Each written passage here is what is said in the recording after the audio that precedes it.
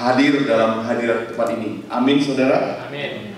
Saya mengajak kita bersama-sama melihat firman Tuhan yang pada sore hari ini terambil di dalam Matius pasal 14. Matius pasal 14 ayat yang ke-22. Kita akan bacakan sampai ayat ke-33. Matius pasal yang ke-14 ayat 22 sampai ayat yang ke-33. Ya. Matius pasal yang ke-14 ayat 22 sampai ayat 33, demikian firman Tuhan. Saya bacakan buat saudara. Sesudah itu Yesus segera memerintahkan murid-muridnya naik ke perahu dan mendahuluinya ke seberang. Sementara itu ia menyuruh orang banyak pulang. Dan setelah orang banyak itu disuruhnya pulang, Yesus naik ke atas perahu, ke atas bukit untuk berdoa seorang diri. Ketika hari sudah malam, ia sendirian di situ. Perahu murid-muridnya sudah beberapa mil jauhnya dari pantai dan diombang-ambingkan gelombang karena angin sakal. Kira-kira di jam 3 malam datanglah Yesus kepada mereka berjalan di atas air. Ketika murid-muridnya melihat dia berjalan di atas air, mereka terkejut dan berseru, "Itu hantu!" Lalu berteriak-teriak karena takut. Tetapi segera Yesus berkata kepada mereka, "Tenanglah, aku ini, jangan takut." Lalu Petrus berseru dan menjawab dia, "Tuhan, apabila engkau itu, suruhlah aku datang kepadamu berjalan di atas air." Kata Yesus, "Datanglah." Maka Petrus turun dari perahu dan berjalan di atas air mendapatkan Yesus. Tetapi ketika dirasanya tiupan angin, takutlah ia dan mulai tenggelam, lalu berteriak, "Tuhan, tolonglah aku." Segera Yesus mengulurkan tangannya memegang dia dan berkata, "Hai orang yang kurang percaya, mengapa engkau bimbang?" Lalu mereka naik ke perahu dan angin pun reda. Dan orang-orang yang ada di perahu menyembah dia, katanya, "Sesungguhnya engkau anak Allah." Mari kita berdoa, saudara. Bapa di surga, kami berterima kasih kepadamu Tuhan. Pada sore hari ini yang indah, kami sudah membaca firman-Mu. Pakailah hamba-Mu dalam segala keterbatasannya, berikan hikmat daripada Tuhan, supaya firman Tuhan yang disampaikan boleh menjadi berkat bagi kami semua pada sore hari ini. Hanya dalam nama Tuhan Yesus, kami semua yang percaya berdoa. Amin. Saudara, tema pada sore hari ini adalah badai gelombang kehidupan. Apa yang dimaksud dengan badai gelombang kehidupan, saudara? Setiap orang memiliki badai gelombang kehidupan yang berbeda-beda, saudara. Ada orang, dia mengalami sedikit persoalan saja, dia sudah tidak sanggup. Tapi ada orang yang sudah menghadapi berbagai persoalan yang menimpa dia tetap kuat, saudara. Dia tetap tegar, dia tetap hebat, gagah, dan dia tetap perkasa. Itu sebabnya Tuhan itu tahu. Tuhan itu Maha Pengasih. Maka dia mengetahui kekuatan manusia. Maka firman Tuhan katakan, tak kala engkau dicobai, jangan takut, sebab Tuhan tidak pernah mencobai engkau juga. Bahkan pencobaan-pencobaan yang engkau alami dikatakan, engkau akan menghadapinya dengan kekuatan yang Tuhan berikan kepadamu. Itu firman Tuhan. Nah, saudara yang saya kasih Tuhan, itu sebabnya bila ada gelombang dalam kehidupan seseorang, maka dia akan tetap kuat kalau ada kalaunya, saudara. Ia bersandar sepenuhnya kepada Tuhan. Nah, itu kuncinya, saudara. Nah, saudara, manusia yang hidup di dunia ini punya gelombang kehidupan masing-masing berbeda. Tadi saya katakan, ada orang yang gelombangnya kuat, ada orang yang gelombangnya rendah. Biar dia kuat, biar rendah, asalkan dia bersandar pada Tuhan, maka Tuhan akan berikan kekuatan kepadanya. Nah saudara, dulu kira-kira beberapa tahun yang lalu, saya pernah ikut rafting bersama anak-anak pemuda. Ya, jadi saya itu dulu waktu di sekolahan gitu diajarkan berenang oleh guru, tapi gak pintar-pintar berenang. Mungkin saudara lebih pintar berenang, ya. Dalam artian, waktu kita kumpul di kolam renang, hanya cemplung-cemplung di air, mandi-mandi sebentar, naik lagi duduk di pinggir, makan goreng pisang, makan gorengan, kongko-kongko. Jadi kalau perginya berenang 3-4 jam, kongkonya juga sekitar 3-4 jam, cemplungnya hanya beberapa menit saja. Nanti pulang ke rumah dianggap sudah berenang. Itu sebabnya tidak pintar. Jadi suatu hari anak pemuda di gereja ajak saya, Pak Saud, yuk kita pergi rafting, seru katanya. Wah, saya juga belum tahu gimana seru. Saya bilang, saya tidak pintar berenang, hanya bisa gaya kodok atau gaya batu, gitu ya. Begitu cemplung nggak naik-naik gitu batu ya. Nah itu sebabnya maka dia bilang ikut aja, nanti ada pakaian pelampungnya. Dikasih pakai helm lagi katanya. Kita tinggal duduk di sana, nanti dikasih aba-aba kalau dayung, perahunya ya dayung katanya. Kalau disuruh jangan dayung ya jangan dayung gitu. Yang penting pegang erat-erat. Wah, sampai ke sana, lalu sudah dipakaikan seragam semuanya, pakai helm, lalu mereka katakan mereka yang mengurus itu mengatakan, hari ini kita ikut yang kelas 4. Wah, gawat nih. Kelas 1 ya belum pernah ikut. Kelas 1 kecil katanya, hanya datar-datar gitu ya. Gak ada gelombang-gelombang yang berbahaya katanya. Jadi kalau kelas 4 ini baru seru katanya. Celaka ini ya. Kelas 4 pula ya. Banyak gelombang-gelombang, banyak curam-curam yang seru katanya. Benar betul. Begitu start saja langsung curup gitu. Saya tercopot dari perahu itu, masuk ke dalam air. Puji Tuhan, ada tangan saya dan badan saya masih tersangkut di tali, jadi masih bisa naik ke atas. Tapi sudah tercopot.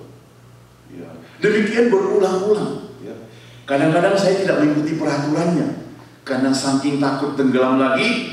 Waktu mau berdayung, gak ikut dayung, pegang terus erat-erat perahunya. Ya, jadi di dalam terjun naik itu ternyata ada satu masa itu mendatar. Katanya waktu mendatar itu kita bisa sambil makan-makan. Ya. Tapi waktu mendatar itu gak enak rasanya. Nah, poin saya adalah yang bisa kita pelajari. Rupanya orang yang biasanya hidup di gelombang-gelombang yang dahsyat seperti itu, waktu mereka santai-santai gak ada masalah, gak enak rasanya, kurang seru kehidupannya. Jadi saudara kalau hari ini hidupnya santai-santai, gak ada persoalan, berdoa pada Tuhan. Tuhan tolong berikan aku persoalan supaya hidupku seru. Ya. Karena Tuhan itu tahu kekuatan kita. Nah saudara yang saya kasih Tuhan, demikian juga dengan Yesus di sini. Nah, kalau kita perhatikan ayat di sini dikatakan Lembaga Alkitab Indonesia memberikan judul Yesus berjalan di atas air. Maka dikatakan sesudah itu Yesus segera memerintahkan murid-muridnya naik ke perahu mendahuluinya ke seberang. Sesudah apa saudara? Sesudah dia melayani, sesudah dia memberi makan 5.000 orang, capek tentunya. Yesus sebagai manusia perlu istirahat. Maka dia minta kepada murid-muridnya, juga kalian boleh istirahat. Maka dikatakan kepada murid-muridnya, kalian naik perahu mendahului akulah. Kira-kira demikian, pergi ke seberang. Dan sementara orang banyak itu disuruh pulang. Nah saudara, dan setelah orang banyak itu disuruhnya pulang, maka Yesus naik ke atas bukit.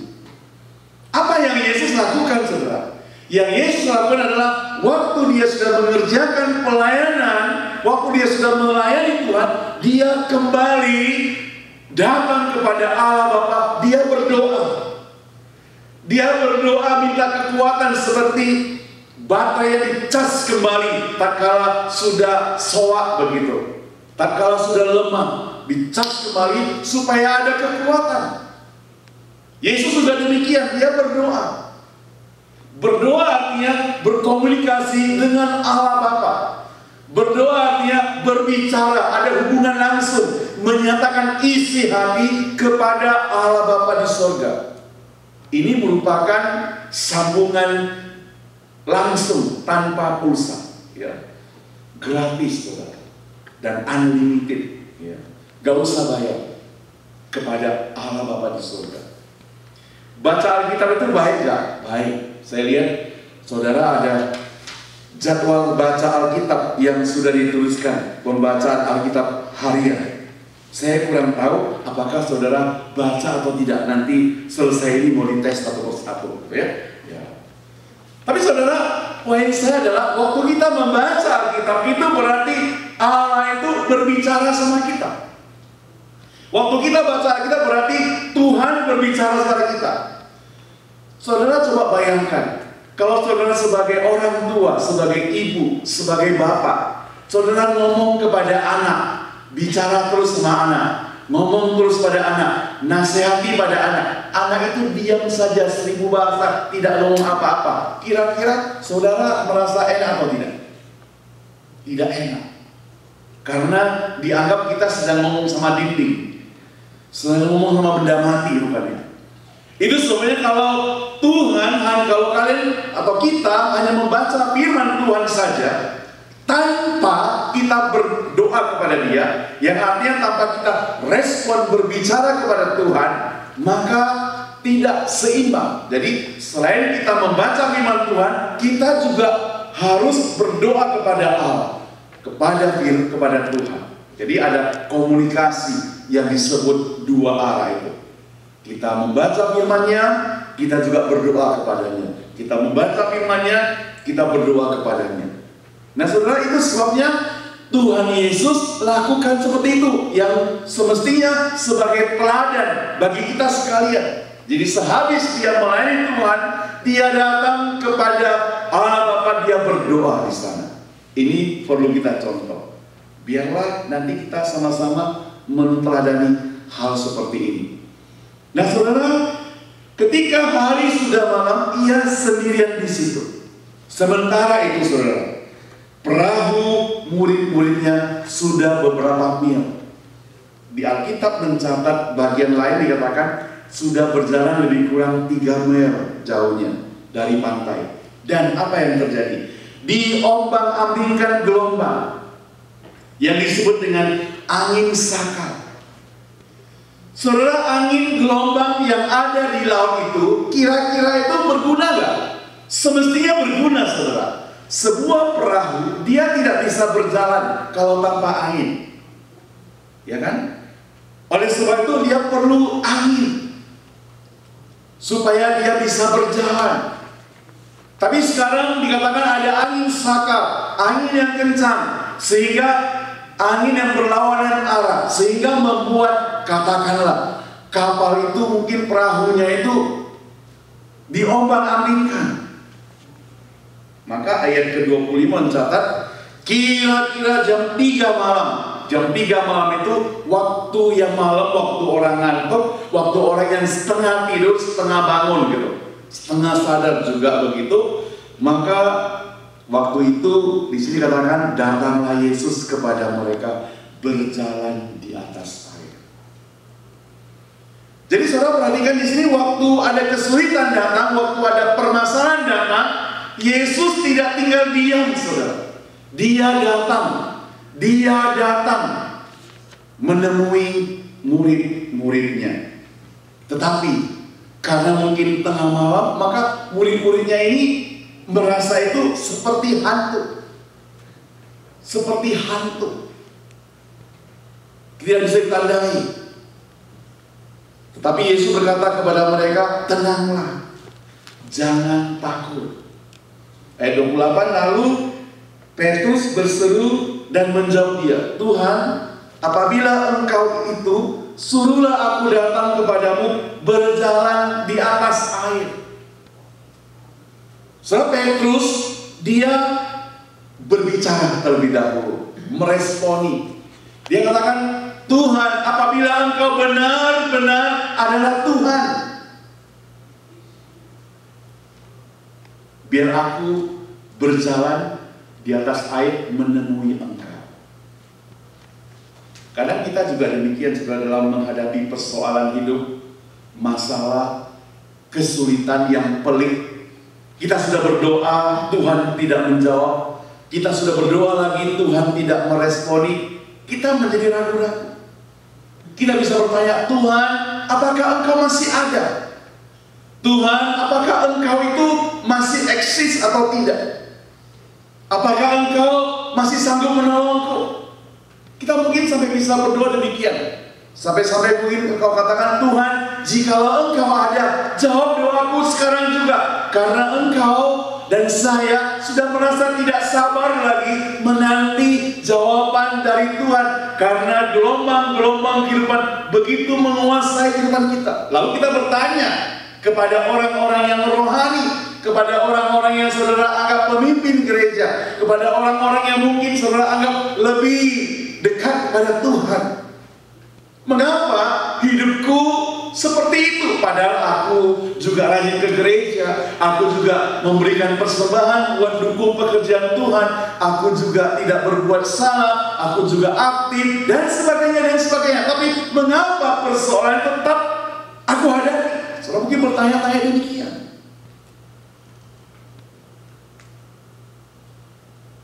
Lalu saudara mungkin bertanya kepada Tuhan secara langsung juga, apakah engkau benar-benar masih berkuasa atas hidupku?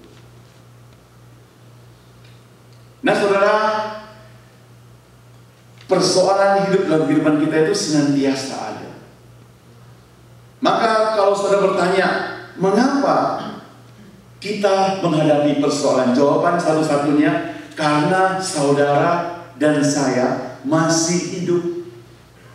Orang yang hidup itu banyak persoalannya, saudara. Dalam satu kelompok saja, orang yang berkumpul itu banyak persoalannya. Kita ini dari latar belakang yang berbeda, punya sifat-sifat yang berbeda, punya kebudayaan yang berbeda, keluarga yang mendidik kita dengan cara berbeda, anak yang tunggal dengan anak yang bungsu juga berbeda sifat-sifatnya. Anak yang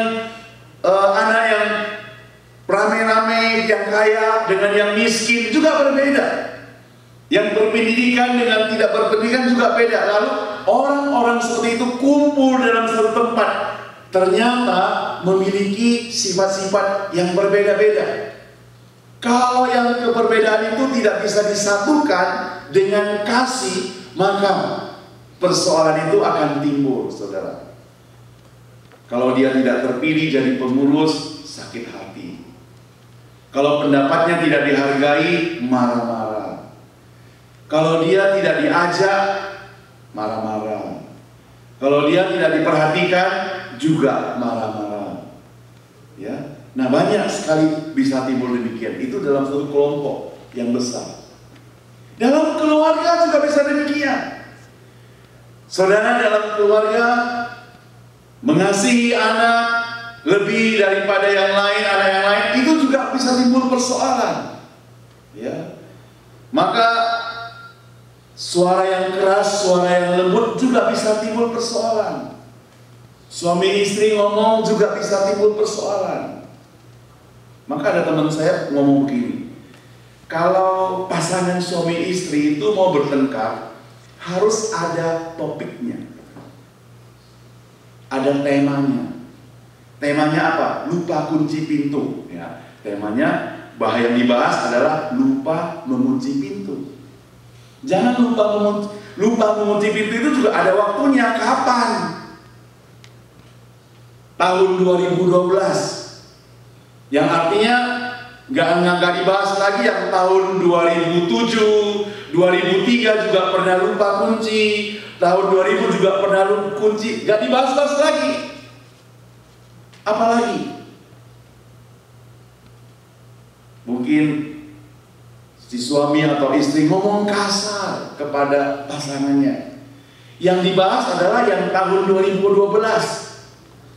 Jangan diungkit lagi yang 2010, 2008. Oh, 5 tahun yang lalu ingat gak apa yang kamu ngomong gitu. Kamu udah minta maaf, tapi sekarang ulang lagi. 10 tahun yang lalu masih juga demikian. Jadi topiknya sudah lari-lari kemana-mana. Itu baru dalam keluarga ada masalah seperti itu. Itu gelombang dalam kehidupan juga. Lalu supaya tidak ada persoalan bagaimana? Supaya tidak ada persoalan dalam dunia ini, maka orang itu harus hidup di 1 meter kali 2 meter. Waktu dia mati, saudara, ya, gak ada persoalan. Diomelin orang, gak balas. Dia juga gak bisa ngomelin orang. Dia tidak bisa sakitin orang. Jadi waktu di 1 meter kali 2 meter. Jadi kalau waktu kita kumpul ada persoalan, tapi persoalan itu bisa diselesaikan kalau Yesus dihadirkan. Yesus hadir, persoalan itu bisa diselesaikan. Nah, saudara perhatikan di sini kepada Petrus yang pengen membuktikan apakah Yesus itu benar-benar Tuhan atau bukan, maka dia minta kalau bisa dia juga bisa berjalan. Yesus katakan silakan. Maka dia turun, dia berjalan. Dia bisa berjalan di atas air, saudara. Kenapa? Karena dia fokus kepada Tuhan. Karena dia sungguh-sungguh memfokuskan hidupnya kepada Tuhan. Tetapi Alkitab mencatat ayat 30 mencatat, tetapi ketika dirasanya tiupan angin, takutlah ia dan mulai tenggelam. Ketika dia tergoda, maka takutlah ia dan mulai tenggelam. Jadi kalau kita bersandar kepada Tuhan harus sepenuhnya. Tidak boleh ada godaan, tidak boleh ada pengaruh, tetap sepenuhnya. Saudara, kita jangan pikir, oh kalau sudah percaya pada Tuhan Yesus, itu artinya engkau sudah bebas dari persoalan. Tidak. Justru kadangkala persoalan yang kita hadapi itu sebagai suatu pelajaran, membuat kita lebih kuat, lebih gagah perkasa, lebih hebat untuk menghadapi masalah-masalah yang akan datang. Ayub misalnya, saudara. Ayub orang yang saleh, orang yang jujur, orang yang takut akan Tuhan. Dia setiap kali, kalau dia juga kaya raya, setiap kali, setiap malam anaknya itu punya yang 10 orang itu mengadakan pesta pora. Pagi-pagi dia sudah datang pada Tuhan, mohon pengampunan pada Tuhan. Dia ingin katakan kepada Tuhan, Tuhan ampuni anakku yang kalau dalam pesta itu berbuat salah. Dia taat sekali pada Tuhan. Dia setia sekali pada Tuhan. Lalu iblis lewat, saudara, kita bercatat. Iblis bilang sama Tuhan, si Ayub itu percaya pada Tuhan kan gara-gara dia kaya. Coba kalau hartanya habis, apakah dia masih percaya? Tuhan katakan, engkau boleh silakan coba si Ayub, tapi ingat jangan ambil nyawanya. Maka si iblis mencobai si Ayub, dirampas semua harta bendanya. Ya. Ternak-ternaknya semua dirampas, termasuk anaknya juga mati semuanya. Tetapi Ayub tetap setia pada Tuhan. Iblis datang lagi, bukan dia, ya, gak puas dia, datang lagi. Apa dia katakan? Kan hanya baru hartanya dirampas. Coba kasih dia sakit penyakit. Tuhan katakan tidak apa-apa. Yang penting jangan sampai dia mati. Oh, Ayub itu sakit, saudara. Sakitnya luar biasa, bisul-bisulan, bara dalam dirinya. Alkitab mencatat untuk menggaruknya harus pakai beling, menggaruk tubuhnya yang gatal itu. Lalu disapu pakai bedak pasir, saudara. itu Ayub. Dia tetap setia pada Tuhan. Bahkan dia katakan, Tuhan yang memberi, Tuhan yang mengambil, terpujilah nama Tuhan, kata Ayub. Luar biasa bukan? Dia tetap setia. Jadi dia orang yang taat pada Tuhan juga menghadapi masalah. Jadi kalau saudara dan saya malam hari ini, sore hari ini mengeluh pada Tuhan, Tuhan kenapa saya menghadapi persoalan? Coba kita lihat Ayub dulu. Dia juga sudah menghadapi seperti itu, ya. Nah, saudara yang saya kasih Tuhan, itu sebabnya tatkala Petrus memalingkan dirinya, maka dia tenggelam. Maka waktu ada masalah, kalau kita tidak setia pada Tuhan, jangan salahkan Tuhan kalau kita tidak kuat. Di ayat 31 mencatat, segera Yesus mengelurkan tangannya, memegang dia dan berkata, hai orang yang kurang percaya, mengapa engkau bimbang? Mereka bukan tidak percaya, tapi kurang percaya dan bimbang. Bukan tidak percaya, tapi kurang percaya dan bimbang. Saudara, tatkala persoalan kita hadapi, kadang-kadang banyak hal yang tidak terduga bisa muncul. Ya, waktu kita menghadapi kesulitan, persoalan lain juga bisa muncul. Darah tinggi mulai naik, ngomongnya sudah kasar, suami istri bisa berantem, saling menghina, saling mengejek. Bisa terjadi demikian. Konon cerita, saudara, seorang istri sedang bertengkar sama suaminya. Si istri bilang demikian, kalau aku tahu engkau tidak punya apa-apa, aku gak mau menikah dengan kamu, kata istrinya. Kalau aku tahu kamu kere, aku gak mau menikah sama kamu. Si suami bilang, kamu pura-pura gak tahu. Waktu kita pacaran, aku sudah bilang kepadamu bahwa aku tidak punya apa-apa. Istri bilang, mana mungkin. Kalau engkau ngomong gitu, aku pasti gak menikah sama kamu. Menikah sama tetanggaku yang kaya raya itu. Suami bilang, aku sudah bilang sama kamu. Ingat, waktu kita pacaran di bawah pohon mangga itu. Apa yang kamu ngomong? Kata istrinya. Dia bilang, waktu kita pacaran, kita sedang berkasih-kasihan, aku mau begini. Hanya engkau milikku. Satu-satunya. Yang artinya, harta benda gak ada, hanya engkau milikku. Itu istrinya itu hanya engkau milikku. Itu kan artinya saya gak punya apa-apa. Nah, saudara yang saya kasih Tuhan, tak kala ada persoalan datang menimpa, seringkali kita tarik-tarik dalam hubungan kita kepada masalah-masalah lain, sehingga persoalan makin membesar, makin membesar, makin membesar. Tapi semestinya adalah kita mengundang Yesus datang dalam kehidupan kita. Lihat di sini. Waktu Yesus datang, waktu Yesus datang, maka mereka itu sungguh-sungguh mengakui bahwasanya engkau adalah anak Allah. Jadi di situ ada kesaksian, saudara. Angin pun menjadi reda, yang artinya badai gelombang kehidupan itu pun menjadi reda karena Yesus datang. Yesus hadir. Malam hari ini juga kita mau undang Yesus hadir dalam kehidupan kita. Saya tidak tahu apa yang menjadi persoalan dalam kehidupan kita masing-masing. Tapi seorang psikolog mengatakan manusia itu setiap hari memiliki persoalan. Manusia itu setiap hari memiliki sampah yang dia harus buang.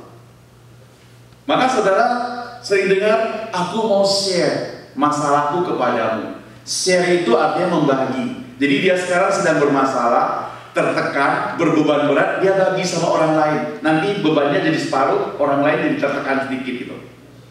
karena dibagi-bagikan gitu. Nah itu sampah. Saudara bisa bayangkan kalau seseorang itu membagi sampahnya kepada orang lain yang tidak tahan menerima, dia tentunya bebannya tersalurkan kepada orang lain. Maka ada seorang teman saya katakan begini, saya itu heran kalau di gereja orang anggap saya sebagai hamba Tuhan, katanya. Walaupun saya jemaat biasa, ada masalah mereka datang share kepadaku. Nanti mereka ceritakan masalah-masalah pribadinya, masalah keluarga, masalah keuangan. Saya dengar terus. Nanti dia sudah tenang-tenang, bebas, sudah lega. Saya malam itu gak bisa tidur karena dengar terngiang-ngiang, terngiang-ngiang dengan persoalannya. Ya. Nah saudara yang saya yakin Tuhan, itu namanya membagi beban. Jadi kalau saudara ada, bagikannya sama orang lain gitu. Jangan simpan sendiri. Tapi yang paling bagus adalah kita serahkan kepada Tuhan. Sebab manusia kadang-kadang tidak bisa menolong kita. Manusia tidak bisa mengerti kita. Kenapa? Karena orang yang kita ceritakan persoalan itu, dia juga sendiri sedang mengalami persoalan. Dia juga sedang berbeban berat. Saudara tambah lagi beban kepada dia, ya bebannya jadi 2 kali lipat, saudara. Berat, tidak mungkin katakan aku tidak bisa menolong engkau. Malah saya yang menjadi tertindas mungkin. Maka lebih baik kita serahkan kepada Tuhan. Maka tadi ada lagu mengatakan dia mengerti. Dia itu mengerti. Manusia tidak bisa mengerti, Tuhan mengerti persoalan kita. Serahkan kepada Dia. Mari kita berdoa.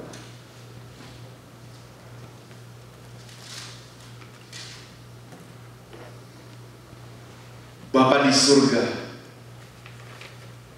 badai gelombang dalam kehidupan kami senantiasa menimpa.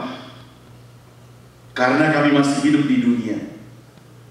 Ada persoalan keluarga, persoalan pekerjaan, persoalan lain, sakit, penyakit, persoalan lain yang kami hadapi bertumpuk, bertubi-tubi, yang kadang-kala diceritakan pada orang lain pun tidak bisa mengerti. Tapi sore hari ini kami sadar bahwa Yesus Engkau Tuhan, Engkau yang sungguh-sungguh mengerti persoalan kami. Tak kala murid-murid-Mu Tuhan menghadapi gelombang di tengah laut,